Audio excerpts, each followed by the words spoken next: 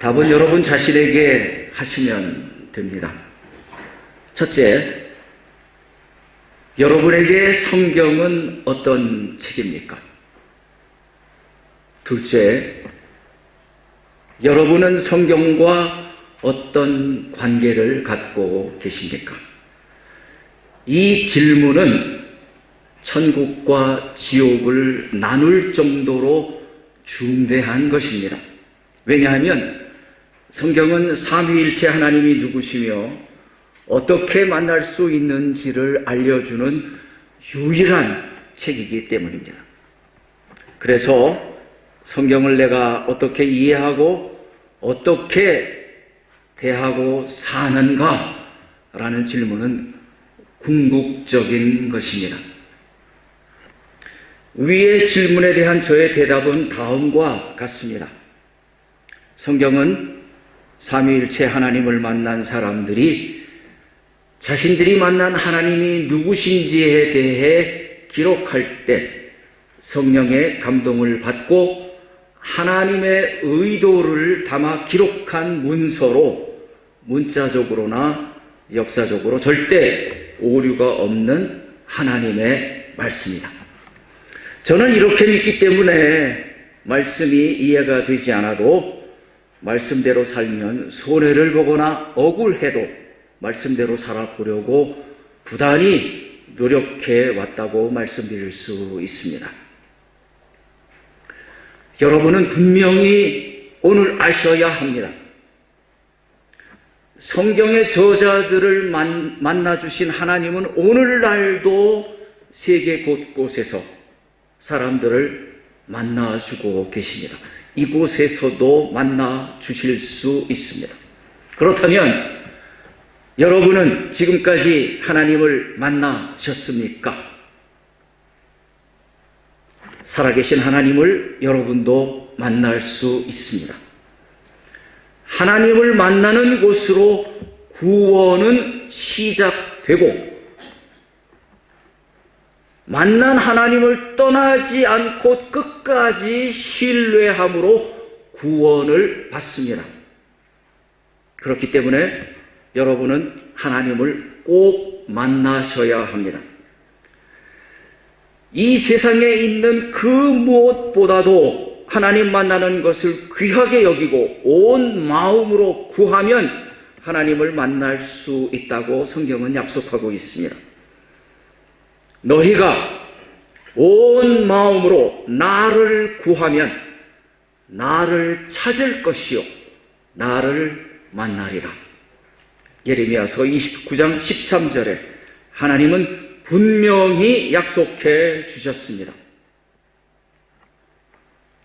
하나님을 만난 사람은 주님을 만난 자신의 경험을 나누는 증인으로서의 삶을 살게 됩니다. 전도는 증인으로서의 역할이기에 하나님을 만나는 것이 전제되어야 가능합니다. 예수님은 승천하시기 전에 제자들에게 사도행전 1장 8절에서 이렇게 말씀하셨죠. 오직 성령이 너희에게 임하시면 너희가 권능을 받고 예루살렘과 온 유대와 사마리아와 땅 끝까지 이르러 내 증인이 되리라 하시니라. 여기서 증인이 되라고 명령하시지 않고 증인이 되리라 라고 미래 수동태형으로 말씀하셨습니다. 성령 하나님이 임하시면 증인이 된다. 증인이 될 수밖에 없다는 그런 뜻입니다. 이번에 제가 한국에 나가서 버스킹을 하면서 거리 전도를 하려고 나가게 되겠는데요. 이것도 제가 하나님을 만난 경험이 있기 때문에 나누려는 소명 때문입니다. 오늘 설교를 통해 그 이야기를 나누겠습니다. 그래서 설교를 두 부분으로 나누었는데 첫째 부분은 저의 간증입니다. 저는 하나님을 2번 만났습니다. 그리고 받은 은혜가 있었는데요. 그 과정을 나누려고 합니다. 둘째 부분은 어떻게 여러분들도 하나님을 만나 복된 은혜를 누릴 수 있는지 그 성경적인 방법을 알려드리겠습니다. 그런데 시간상 두 번째 부분까지는 오늘 다 마칠 수 없을 것 같아 다음에 허락해 주시면 한국에 다녀와서 말씀드리겠고, 오늘은 저의 간증으로 설교를 대신하겠습니다. 저는 기독교 가정에서 태어났습니다. 제 외할머니가 북한에서 미국 선교사님을 통해 하나님을 믿게 되었습니다. 외할머님의 믿음이 저희 어머님에게 이어졌고, 저희 어머니를 통해서 아버지 그리고 온 가족이 믿게 되었습니다. 어려서부터 교회에 출석하면서 하나님의 존재도 믿었고, 예수님은 하나님의 독생자로 이 세상에 오셔서 행하신 일들과 죄 없으신 분으로 죄인들을 대신해서 십자가에 죽으시고 부활하신 것도 믿었고, 천국과 지옥이 있음도 믿었습니다. 그래서 초등학교 5학년 때부터 나는 앞으로 커서 목사가 될 거야 라는 결심을 어렵지 않게 할 수 있었습니다. 이를 위해서 대학에서의 전공도 목사가 되었을 때 도움이 될 것이라고 여겨서 교회음악과 성악 전공을 택하고 여체대학교에 입학하였습니다. 그렇게 학교를 다니던 어느 날, 제 자신에게 하나님의 소명에 대한 실존적인 질문을 하게 되었습니다. 성경에 보면 예수님이 어떤 자들에게는 나를 따라오너라 하시며 부르셨는데, 어떤 자에게는 주님이 어디로 가시든지 따르겠습니다 하면서 예수님 따르기를 원했지만, 인자는 머리 둘 곳이 없다 하시며 은연중에 거절하신 것을 알게 되었습니다. 그리고 군대에 귀신 들렸던 자가 예수님께 고침을 받은 후에 예수님과 함께 있기를 간청하였을 때는 그럴 필요 없다, 가족에게 돌아가 받은 은혜를 나누어라 라고 거절하셨습니다. 그렇다면 나는 성경의 이런 예들 중에서 어느 경우에 해당되는 것일까? 라는 질문을 자신에게 해보았습니다. 저의 솔직한 대답은 위에 어떤 경우도 나에게는 해당되지 않는다라고 생각했습니다. 나는 삼위일체 하나님의 존재는 있지만 아직 하나님을 만난 경험도 없고 하나님과의 어떤 관계도 형성되어 있지 않다는 결론을 내렸습니다.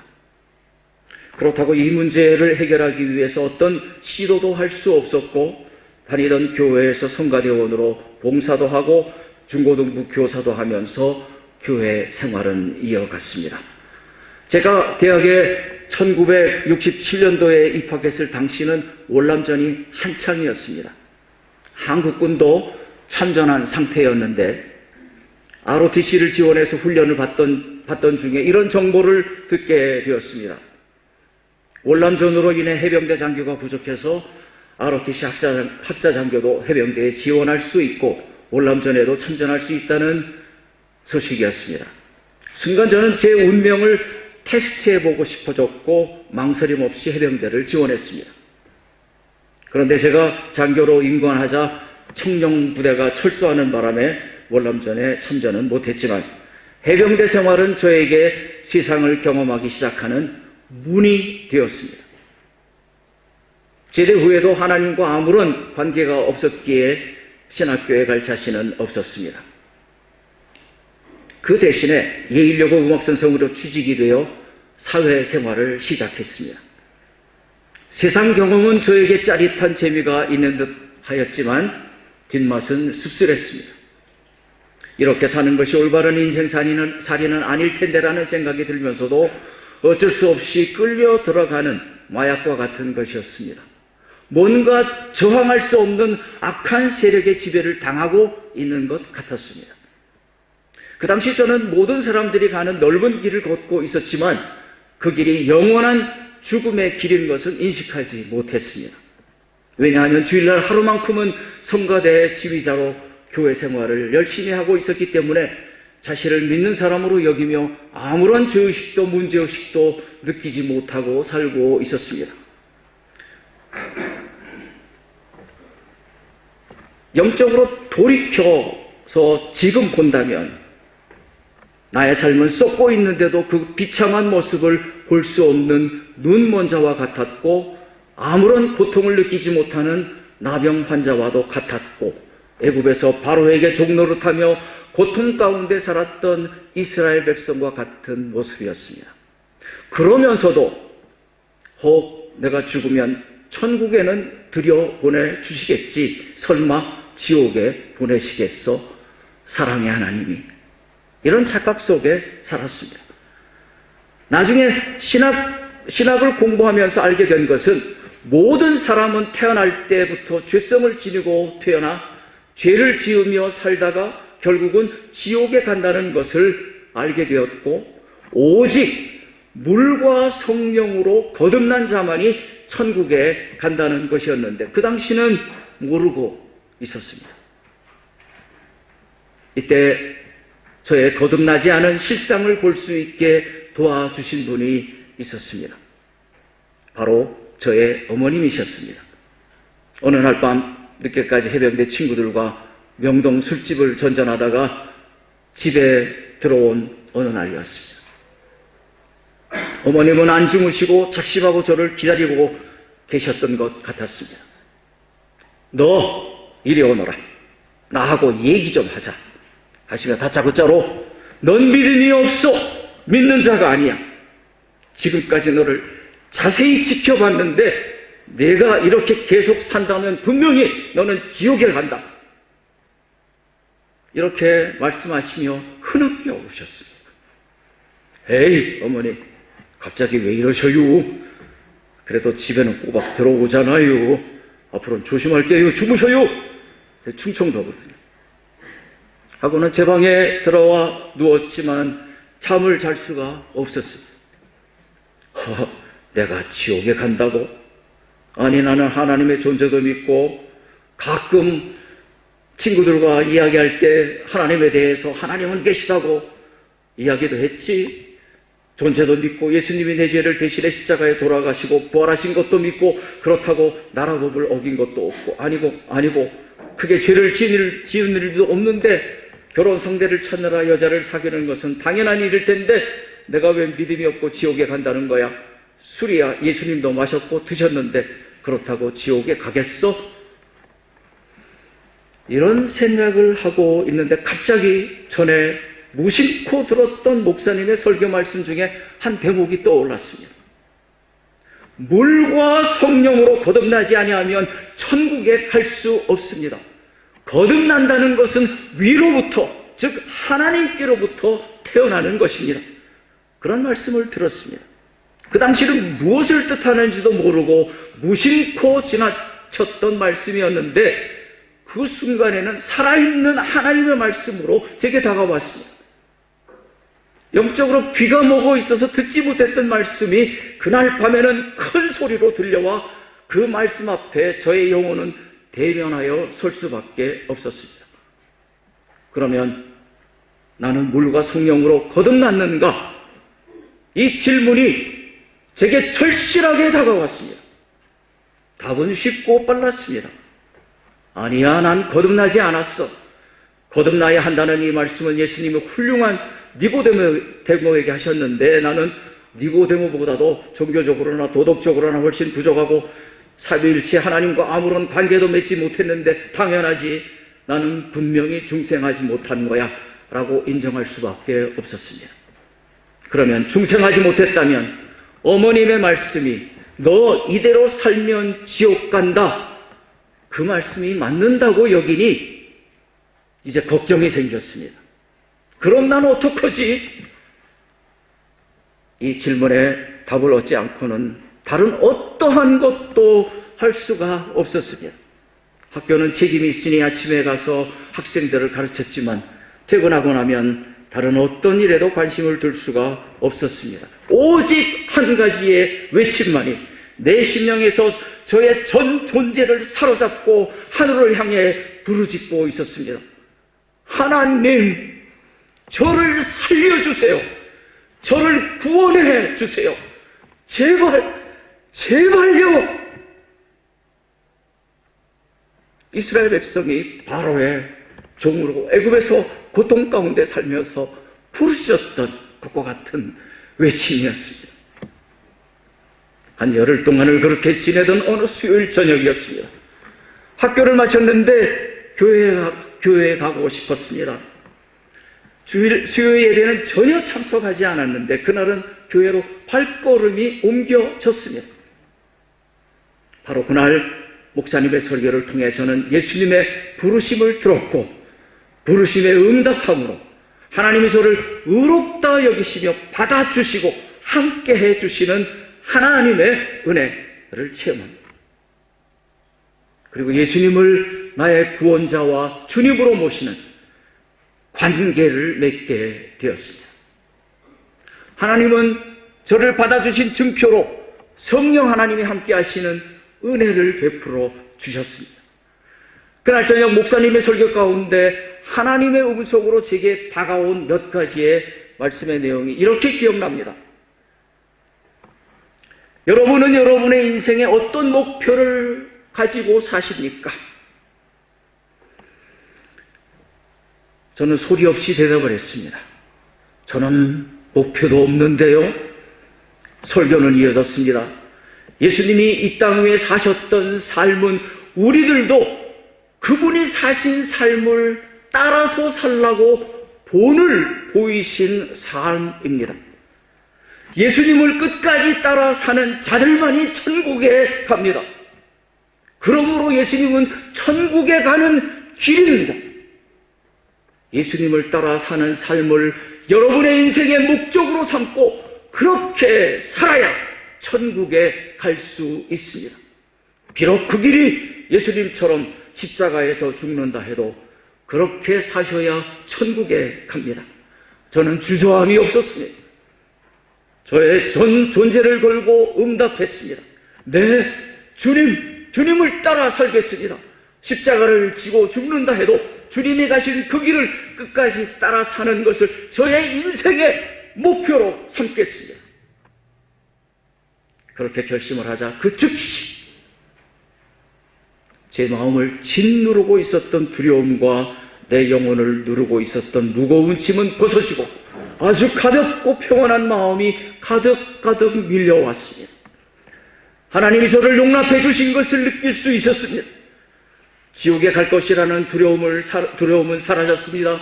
이제부터는 내 인생의 목표를 예수님과 예수님이 본을 보이신 삶으로 정했으니 그렇게 예수님의 삶의 본을 따르고 순종하면 천국에 갈 것이라는 확신이 생겼습니다. 그때 제 나이는 28살이었는데요. 하나님을 처음 만난 이 체험을 통해서 사람이 줄 수 없고 이 세상 어디에서도 찾을 수 없는 하늘의 신비한 은혜를 받았던 것입니다. 나중에 신학을 공부하며 이 경험이 칭의, 영어로는 justification이라는 것을 알게 되었습니다. 아직 의롭지는 않지만 저의 믿음의 결단을 보시고 의로운 자로 여기시며 성령님이 함께 하시는 은혜의 사건임을 나중에 알게 되었습니다. 그날 저녁 저는 하나님께 칭의를 justification을 받은 것이었습니다. 그런데 이것은 구원의 여정에 있어서 시작이었지 마지막이 아니라는 것도 나중에 알게 되었습니다. 이스라엘 백성이 출애굽하여 홍해를 건넌 것은 가나안 땅을 정복하는 일의 시작이었지 그 끝이 아니었던 것 같은 그런 경험이었습니다.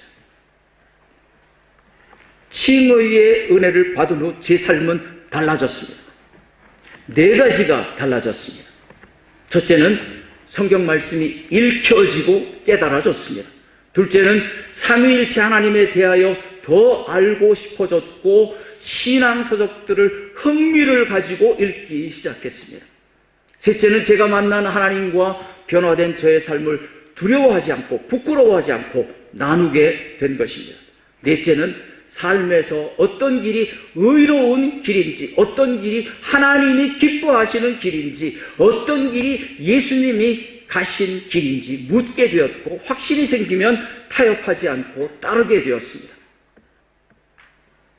그러던 어느 날 대학교 재학 시절 고민했던 소명에 관한 실존적 질문이 떠올랐습니다. 그래, 나는 이제 예수님의 부르심을 받은 거야. 베드로에게 나를 따라오너라 그리하면 사람을 낚는 어부가 되게 하리라며 예수님을 부르셨듯이 이제 나를 부르신 거야. 나도 신학교에 가서 목사가 되어야겠어 라는 마음이 그때 생겼습니다. 그래서 장로회 신학대학원에 입학하였습니다. 음악선생으로서의 4년간의 삶을 끝내고 세상의 흐름에 휩쓸려 살던 삶도 정리하고 하나님의 나라와 영광을 위한 삶을 시작하게 되었습니다. 예수님의 삶을 본받아 살기 위해 예수님을 따르는 삶을 시작한 것입니다. 3년간의 신학교 교육을 유익하고 보람있게 보내고 졸업을 하면서 어디로 가서 어떻게 사역을 시작해야 할 것인지에 대한 진로의 문제가 생겼습니다. 하나님이 나를 부르셨다면 부르신 분의 뜻이 분명 있을 테니 내가 먼저 내 뜻을 앞세우지 말고 어느 교회든지 상관하지 말고 제일 먼저 청빙하는 교회를 주님이 보내시는 교회로 알고 가리라. 그렇게 마음을 정하고 기다렸는데 두 교회의 목사님이 저를 찾아오셨습니다. 연동교회 목사님과 구연예인교회 목사님 두 분이 찾아오셨습니다. 그 두 분께 이력서를 드렸는데 연예인교회 목사님이 당회에서 결정이 되었다고 먼저 저에게 오셔서 말씀해 주셔서 그 교회로 부임하였습니다. 연예인교회에서의 3년간의 저의 사역은 신학적으로는 방향을 잃고 신앙적으로도 혼란을 겪은 기간이었습니다. 신학적으로 방향을 잃게 된 이유는 성경을 어떻게 볼 것인가에 대해 혼란이 있었기 때문입니다. 신학교에서는 성경은 하나님이 직접 써주신 말씀이 아니고 인간이 썼기 때문에 오류가 있을 수 있지만 그럼에도 하나님의 말씀은 포함이 되어 있다라는 자유주의 신학을 배웠습니다. 그런 관점으로 성경을 읽고 적용해 보니 논리적으로는 문제가 없는 것 같은데 건조하고 뭔가 잘못된 것 같았습니다. 그러나 무엇이 잘못되었는지 그 당시는 알 수가 없었고 결국 저는 방향을 잃고 말았습니다. 신앙적으로도 혼란에 빠지는 큰 사건이 일어났습니다. 당시 연예인 교회는 귀신이 쫓겨나고 병고침을 받는 이적이 나타나는 교회로 알려졌었는데 실제로 그 교회에서 부임하여 어떤 사람에게서 귀신이 쫓겨나는 그런 장면을 직접 목격하는 일도 있었습니다. 그러던 어느 날 갑자기 담임 목사님이 사임하셨습니다. 그 이유는 어느 집사님의 죽음 때문이었는데요. 그 집사님이 급성 간염을 앓고 계셨는데 그 집사님을 위해 담임 목사님이 기도를 했는데 귀신이 나갔습니다. 그러자 목사님은 주일 예배 때 그 집사님에게서 귀신이 나갔기 때문에 그분의 병은 나았습니다 라고 선포하고 그분을 병원에 보내지 않고 계속 기도를 해드렸는데 병은 호전되지도 낫지도 않았고 결국 병원에 입원하셨다가 돌아가신 것입니다. 담임 목사도 병원에 입원해 있고 병원에 입원했다가 나와서 장례식을 치르고 그리고 다시 입원해서 결국은 사임을 하셨습니다. 이 사건이 있은 후에 저는 마태복음 7장 21절로 23절 말씀을 어떻게 해석해야 할지 바른 해석이고 어떻게 나에게 적용해야 하는지 피할 수 없는 신앙적인 문제에 부딪히게 되었습니다. 나더러 주여 주여 하는 자마다 다 천국에 들어갈 것이 아니요 다만 하늘에 계신 내 아버지의 뜻대로 행하는 자라야 들어가리라. 그날에 많은 사람이 나더러 이르되 주여 주여 우리가 주의 이름으로 선지자 노릇을 하며 주의 이름으로 귀신을 쫓아내며 주의 이름으로 많은 권능을 행하지 아니하였나이까 하리니 그때에 내가 그들에게 밝히 말하되 내가 너희를 도무지 알지 못하니 불법을 행하는 자들아 내게서 떠나가라 하리라. 주님의 이름으로 선지자 노릇을 하고 귀신을 쫓아내고 권능을 행하는 일을 하였음에도 하나님의 뜻을 따라 하지 않았을 때에는 하나님이 인정하시지도 않았고 그들을 쫓아버리셨다고 하니 결국은 지옥에 갔다는 것입니다. 그러면 하나님이 인정하시는 하나님의 뜻은 무엇이며 특별히 나를 향하신 하나님의 뜻은 무엇인가? 라는 질문에 대한 답을 찾기 시작했습니다. 평창동 연예인교회, 구연예인교회 뒤에 있는 삼각산 기도원에 올라가 기도도 해보고 친구 목사와 상의도 해보고 성경도 읽고 신학서적도 읽고 방황도 하였으나 답을 찾을 수가 없었습니다. 그때 내가 한국에서 찾을 수 없다면 한국을 떠나서 찾아보자 라는 마음이 들었습니다. 모세처럼 하나님과 직접 대면할 수 있는 기회를 기대할 수 있는 그런 상황 속으로 나를 밀어넣어 보자라고 마음을 정하고 미국으로 떠나는 길을 찾기 시작했습니다. 한국을 떠나려는 결정적인 저의 이유는 신앙적이었고 영적인 것이었습니다. 이스라엘 민족이 출애굽하여 홍해를 건너서 가나안 땅을 정복해 들어가기 전에 광야를 거쳐야 했던 것처럼 광야의 삶을 경험하고 싶어졌습니다. 이스라엘 백성이 광야에서 하나님의 인도하심과 돌보심의 기적을 체험하기도 했지만 하나님께 대한 그들의 믿음이 시험받기도 하였는데 저도 그런 광야의 삶을 체험하고 싶어졌습니다.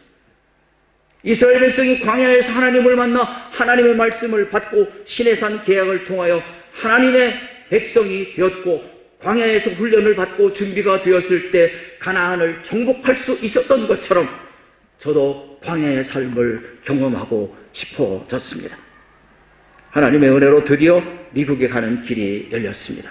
후임 목사님을 모신 후에 3년간의 연예인교회 사역을 마치고 겨우 2살 반 된 첫째 딸과 아내를 한국에 두고 저 혼자 뉴욕을 향해 떠나게 되었습니다. 한국을 떠나면서 오직 하나의 결심과 하나의 기도만을 품고 떠났습니다. 그 한 가지 결심은 사람을 의지하지 말고 오직 하나님의 돕는 손길만 붙들고 하나님이 여시는 길만 따르자는 것이었습니다. 또 한 가지의 기도는 한국으로 돌아와 일할 수 있는 기회를 꼭 주십시오 라는 기도였습니다. 미국에 도착해 1년 동안 영어를 준비하면서 무슨 전공을 해야 하나가 문제였습니다. 그 당시에는 유럽에서 시작한 자유주의 신학이 미국 장로교단 신학에도 편만했기 때문에 장로교단 신학교에서 공부하는 것이 두려웠습니다. 연예인교회에서의 사역을 통해 대중문화에 대한 이해도 생겼고 앞으로 한국에도 미국처럼 기독교 TV가 생겨질 그때를 위해서 준비해 두어야겠다는 마음이 생겨서 텍사스주 포트워스에 있는 사우스웨스턴 배프티스트 티올로지컬 세미나리에서 TV 커뮤니케이션과 교회 음악 프로그램을 같이 공부하였습니다. 또한 목회를 할 수 있는 기회도 생겨서 얼빙이라는 곳에서 이민교회도 담임하게 되었습니다. 침례교단의 복음주의 신학이 제게 새롭고 흥미로워서 신학도 공부하면서 옆 도시에 있는 달라스 신학교에서 근본주의 신학도 공부하였습니다. 이런 과정을 통해서 한국에서부터 가지고 왔던 문제인 성경을 어떻게 이해하고 믿을 것인가에 대한 답을 얻게 되었습니다. 제가 성경을 읽고 공부하고 설교하고 적용하여 살아볼수록 이런 확신이 생겼습니다. 성경은 삼위일체 하나님을 만난 사람들이 자신들이 만난 하나님이 누구신지에 대해서 기록할 때 성령의 감동을 받아 하나님의 의도를 담아서 기록한 문서로 문자적으로나 역사적으로나 절대 오류가 없는 하나님의 말씀이다 라는 믿음을 갖게 된 것입니다. 저는 성경을 제 앞에 펴놓고 무릎을 꿇었습니다. 그리고 이렇게 저의 다짐을 하나님께 드렸습니다. 이 시간부터 성경 66권 모두를 한 점 오류가 없는 하나님의 말씀으로 받고 믿고 순종하겠습니다 라고 선언하는 기도를 드렸습니다. 이스라엘 백성이 출애굽을 한 후에 시내산에 이르렀을 때 모세를 통하여 받은 십계명을 하나님의 말씀으로 받고 순종해 살겠다고 이스라엘 백성이 하나님과 계약을 맺음으로써 하나님은 이스라엘의 하나님이 되셨고 이스라엘은 하나님의 백성이 되는 시내산 계약을 맺는 사건이 저에게도 그 시간에 있었습니다. 미국에서 공부하며 이민 목회도 하고 미국 교회에 나가 미국 교회 성가대원으로 음악 목회도 배우고 뮤지컬도 배우면서 9년의 세월을 보내고 드디어 1992년에 한국에서 일할 곳을 찾기 위해 귀국하게 되었습니다. 한국에 와보니 기독교 TV도 없었고 음악 목사를 필요로 하는 교회도 없었습니다. 다만 동대문 지역에 있는 동신교회에서 부목사 청빙을 받았습니다. 역사도 깊고 규모도 있는 교회였습니다. 그런데 이 교회에서 일하게 되면 제가 확신한 예수님의 일생을 뮤지컬 공연을 통해서 복음을 전하는 것이 최고의 전도 방법이라고 믿고 준비한 것이 물 건너가 버릴 것 같은 생각이 강하게 들었습니다. 결국 한국에서 일하는 것을 포기하고 아무런 대책도 없이 하나님만 의지하고 바라며 미국으로 다시 돌아왔습니다. 이미 목회를 할 당시였습니다. 교인들로부터 한국에 돌아가지 말고 공부가 끝나면 교회를 위임받아서 이미 목회를 계속 우리와 함께 합시다라는 제안을 받았을 때도 저는 이민 목회에 대한 소명은 하나님께 받지 못했습니다라고 거절하였었는데, 이제는 한국에 갔다가 할 일도 없이 미국으로 다시 돌아온 것입니다. 제가 자신을 돌아봐도 참 비합리적이고 지혜롭지도 못한 무모한 결정 같았습니다. 한국을 떠나 미국을 갈 때도 갈 바를 알지 못하고 미국으로 떠났는데 또 갈 바를 알지 못하고 미국으로 되돌아온 것입니다. 미국에 돌아와서의 저의 삶은 정말 암담하였습니다. 보이지 않는 하나님만을 바라고 기다리는 것이 아무 계획도 없이 너무 막연하고 멍청한 것 같기도 하였습니다. 기도도 안 나오고 그저 밥만 먹고 물 마시고 하늘만 쳐다보는 삶이었습니다. 그러던 어느 날 러시아에 선교사로 갔던 목사님 한 분을 만나게 되었습니다. 같은 지역에서 목회를 하시다가 갑자기 교회를 사임하고 상트페테르부르크에 선교사로 갔던 분인데 우연히 그분을 그로셔리 스토어에서 만났습니다. 하나님의 놀라운 섭리가 있었던 만남이었습니다. 그 선교사님은 가족을 미국에 두고 러시아에 혼자 갔다가 가족들을 잠시 보려고 미국에 나왔고, 저는 한국의 사역지를 찾으러 갔다가 찾지 못해서 미국으로 다시 돌아와 있는 그동안에 만난 것입니다. 저는 이 만남을 하나님의 섭리적 기적이라고 믿습니다. 저를 잘 알고 있었던 그 선교사님은 자기가 러시아에 가보니 제가 준비한 사역을 펼칠 기회가 많다며 초청장을 보내주어 3개월간 선교 답사를 다녀오게 되었습니다. 제가 러시아에 가서 확인한 것은 그동안 제가 준비한 사역을 펼칠 수 있다고 하는 그런 확신이 들었습니다. 미국에 돌아와서 이제는 러시아 선교사로 헌신했으니 후원해달라며 후원교회를 찾기 시작했습니다. 제가 그렇게 한치의 망설임도 없이 선교사로 헌신할 수 있었던 것은 제가 유학 시절에 어느 선교 집회에서 선교사 헌신 초청 시간에 하나님이 보내시면 선교사로 가겠습니다 라고 이미 선교사로 하나님께 헌신을 했었기 때문이었습니다. 이때 하나님이 예비해 놓으신 여호와 이레의 은혜를 경험하게 되었습니다. 미국 장로교단 PCUSA 선교부에서 음악 선교사로 알마티에 파송을 하겠다는 제안을 해온 것입니다.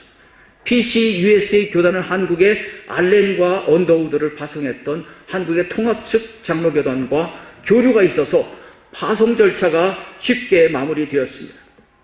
이 교단에서는 봉급은 물론 음악 사역을 위한 재정 지원과 의료보험, 연금, 자녀교육까지 지원하겠다는 분에 넘치는 대우를 해주었습니다. 제가 감히 꿈도 꿔보지 못했던 기대 이상의 제안이었습니다. 드디어 1993년도 12월 초에 알마티에 도착했습니다. 오자마자 한 달 만에 한 선협의 제안을 받고 알마티 교회 연합 성가대를 통해서 믿는 자들의 간증을 담은 뮤지컬 알렐루야를 아바이 궁전 무대에서 러시아어로 공연하게 되었습니다. 그 당시는 드바레츠 레닌 궁전이라는 이름을 유지하고 있었는데요, 이 나라의 마지막 자존심이었던 그곳에서 레닌이 아닌 예수 그리스도의 이름이 높임을 받는 뮤지컬을 초연할 수 있었고, 이것은 기독교 행사로는 처음이었습니다. 그 후로 저는 음악 전공자들로 구성된 합창단을 조직하여 예수님의 일생을 주제로 한 뮤지컬 여러 편을 무대에 올렸고, 3대 오라토리오로 꼽히는 메시아, 엘리야, 천지창조 공연을 비롯해서 복음성가 공연, 연극, 클래식 합창곡 공연, 남성 합창단 공연 등 25편 정도의 작품을 여러 연주장에서 공연할 수 있었습니다. 기독교 공연이었지만 당시로는 알마티에서 가장 앞선 공연을 무대 위에 올릴 수 있었습니다. 특별히 뮤지컬이라는 가장 효과적인 복음전도 방법이 아무런 제재를 받지도 않고 포스터 광고, TV 광고, 라디오 광고까지 하면서 공연할 수 있었던 것은 정부에서는 뮤지컬 공연을 종교 행사로 여기지 않고 음악 행사로 보았기 때문에 가능했습니다. 제가 믿고 기대했던 대로 전도의 열매도 있었습니다. 뮤지컬이 끝나면 복음 전도 메시지를 간단히 설교하고 결신 초청을 하면 많은 사람들이 응했습니다. 심지어 정교회 사제분들도 무대에 올라와 결신 초청에 응하는 일도 있었습니다. 그렇게 사역을 해오다 2013년도에 정년 은퇴를 하게 되었습니다. 이제는 경험도 많이 쌓았으니 한국에 나가서 일할 때라 여겨져서 일할 자질을 찾으려고 한국에 나갔더니 여전히 한국에서는 일할 기회를 찾을 수가 없었습니다. 문제가 된 것은 나이였습니다. 65세의 나이로 기관이나 교회에서 일하는 것은 그 당시로는 거의 불가능했습니다. 이제 한국에 나가서 사역하는 것은 끝이 났다고 여기고 알마타로 다시 돌아왔습니다. 저는 알마타로 돌아와 새로운 도전을 하게 되었습니다. 노래하는 도전을 시작한 것입니다. 대학에서 성악을 전공했지만 그동안 노래를 계속하지 않았고 나이도 많아 처음에는 전혀 소리가 나지 않았습니다. 성악 레슨을 받아보니 길이 보였습니다. 문제는 발성도 중요하지만 복식호흡을 위한 복근 개발과 튼튼한 몸을 만들어야 한다는 것도 깨닫고 짐에 가서 운동도 열심히 하면서 소리를 살려내고 소리를 아름답게 개발하는데 엄청난 시간과 노력을 들였습니다. 그런데 또 어디서 무엇을 위해 어떻게 노래해야 할 것인가에 문제가 생겼습니다. 이 문제에 대해 밑그림을 그리고 비전을 키워준 교회가 알마티 한인교회입니다. 노래를 연습할 때 이태리 가곡이나 오페라 아리아, 때론 팝송을 부르게 되는데 노래의 선율은 좋지만 가사를 그대로 교회에서는 부를 수 없어서 가사를 전도의 내용으로 바꿔 부르기 시작한 곳이 바로 알마티 한인교회입니다. 기회를 주신 여러분들과 담임 목사님에게 감사를 드립니다.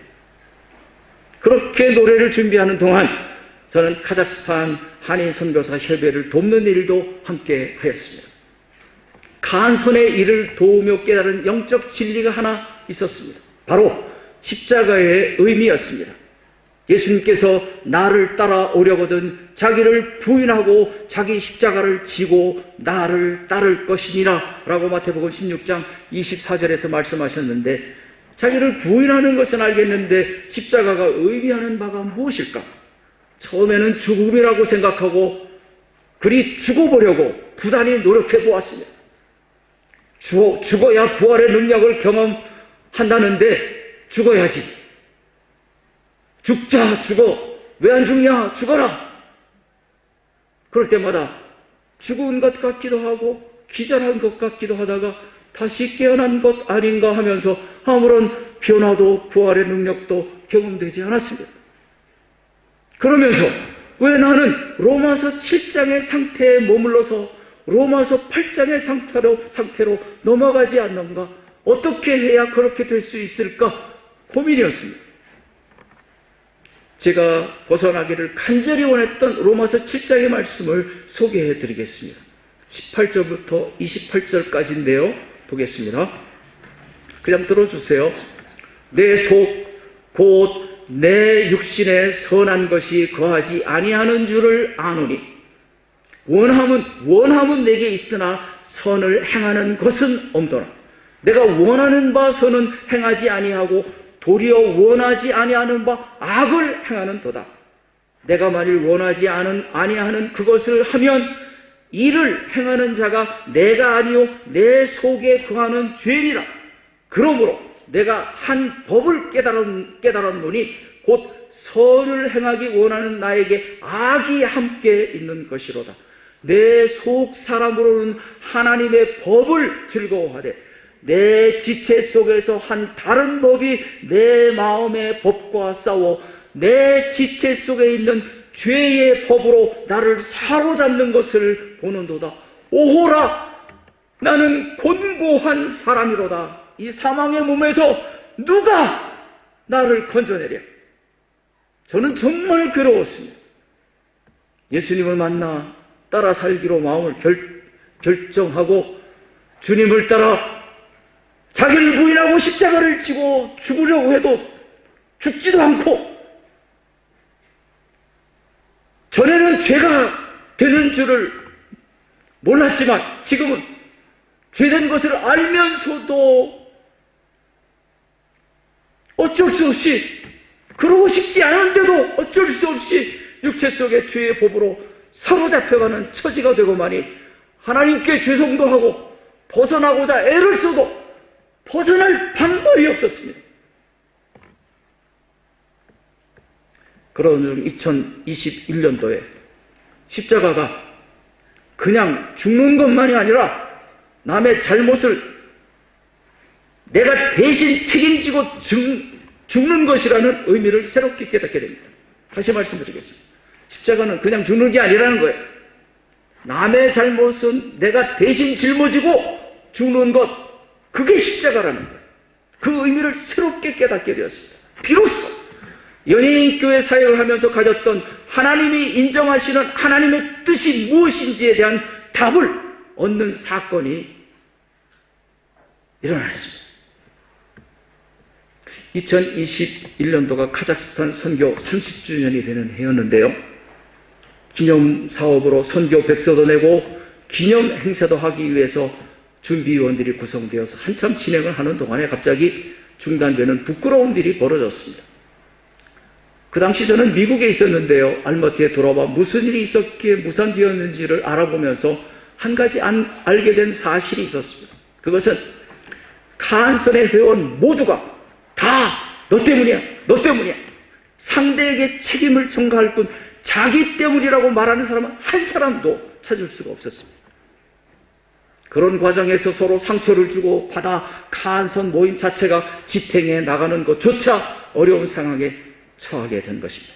바로 그때 예수님의 십자가의 의미가 제게 새롭게 다가왔습니다.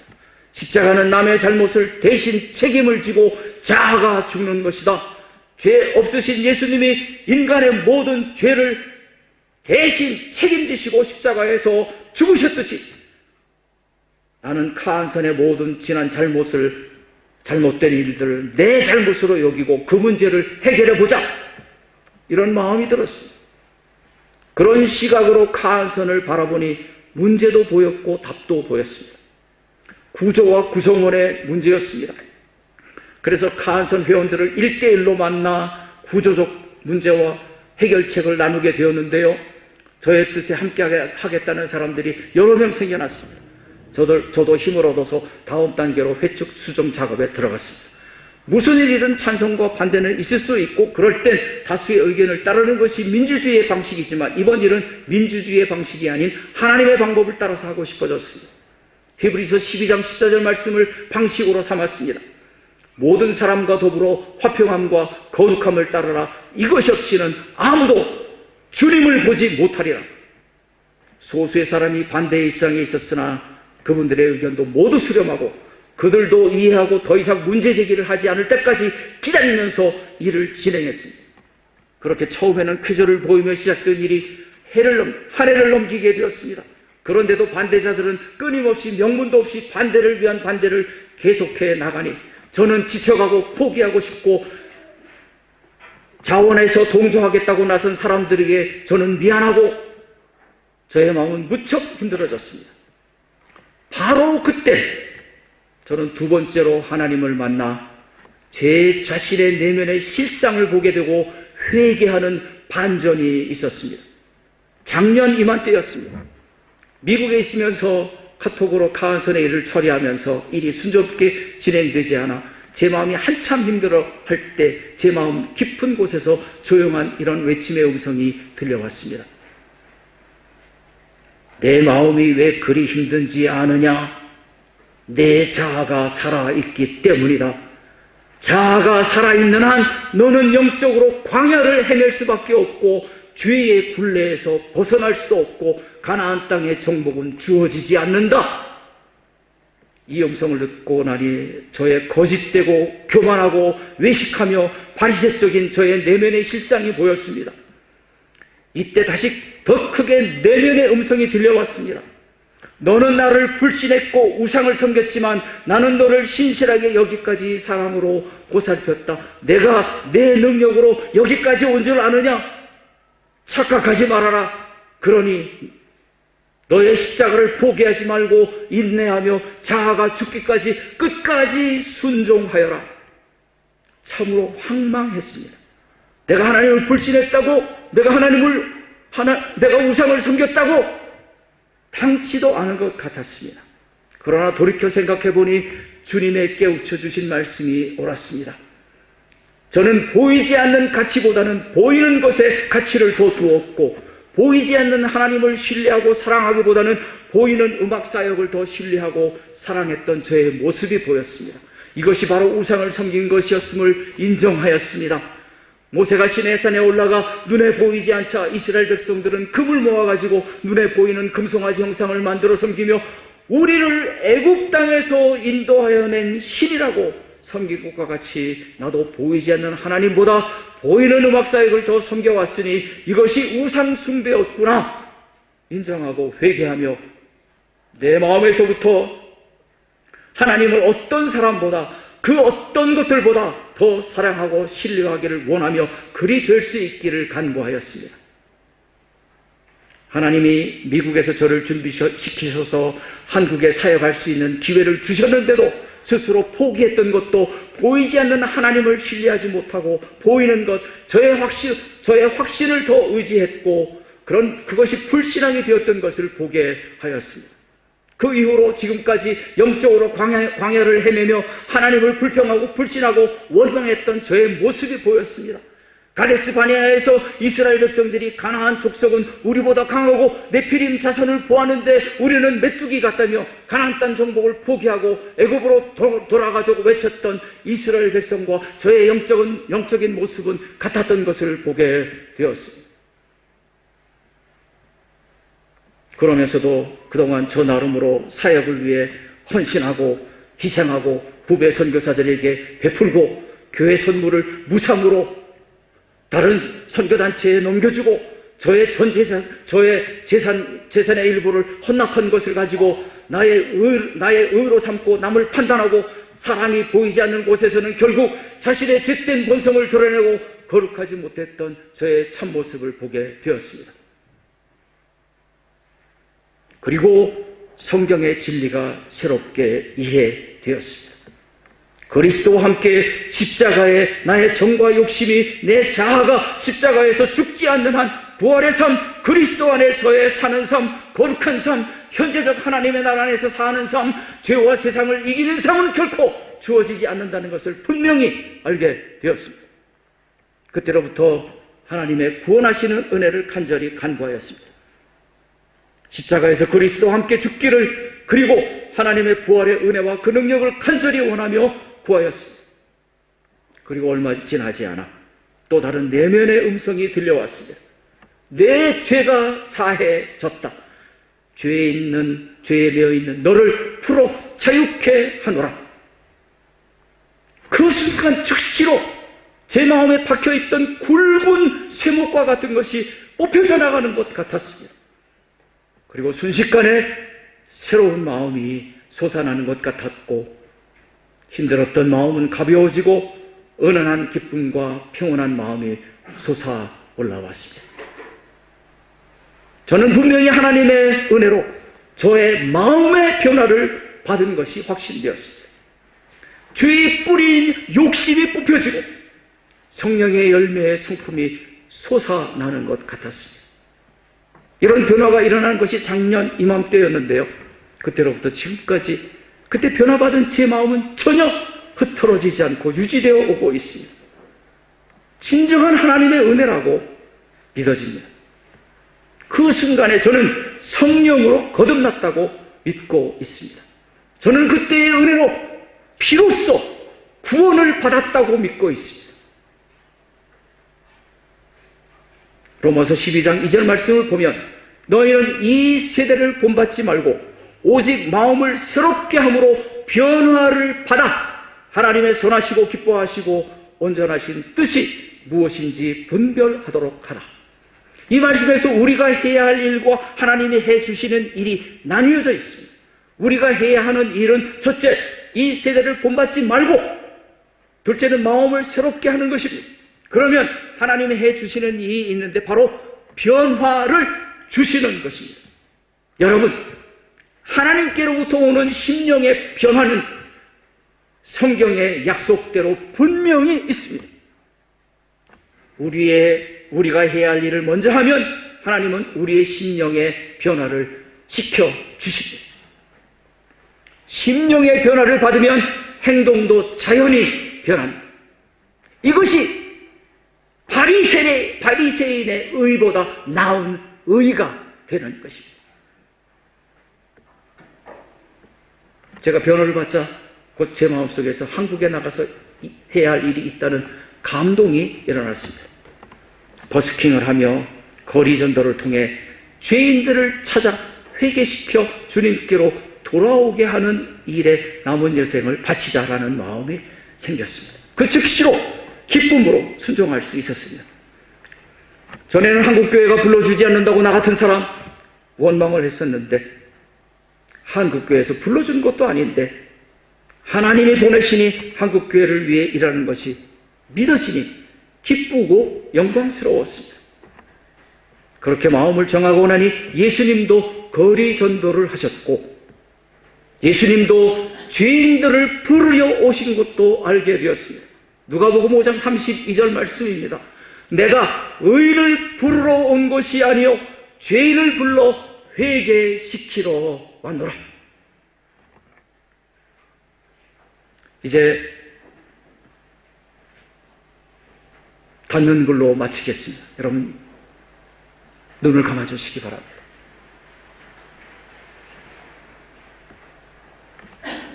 저의 일생을 말씀드렸는데, 저의 일생은 먼저 하나님의 나라와 하나님의 의를 구하며 사는 삶이었다고 고백할 수 있습니다. 그 결과로 저는 지금 현세에 실존하는 하나님의 나라 안에서 사는 복을 누리게 되었습니다. 더하여 이 땅의 복도 부족함이 없는 큰 복된 삶을 받았고 살고 있습니다. 그렇게 고백할 수 있습니다. 저는 정말 행복한 선교사입니다. 하나님의 나라는 분명 현세에 실존하는 나라이며, 하나님의 나라 안에서 사는 것은 이 땅에서 인간이 누릴 수 있는 가장 큰 복입니다. 현세에 실존하는 하나님의 나라 안에서 사는 자만이 죽어서도 영원한 천국에서 삼위일체 하나님과 살게 됩니다. 우리가 하나님의 나라 안에서 살면 사탄의 유혹을 물리치고 죄와 세상을 이기는 승리의 삶을 살게 되며 소금이 되고 빛이 되어 이 세상의 변화를 추구하는 삶을 살게 됩니다.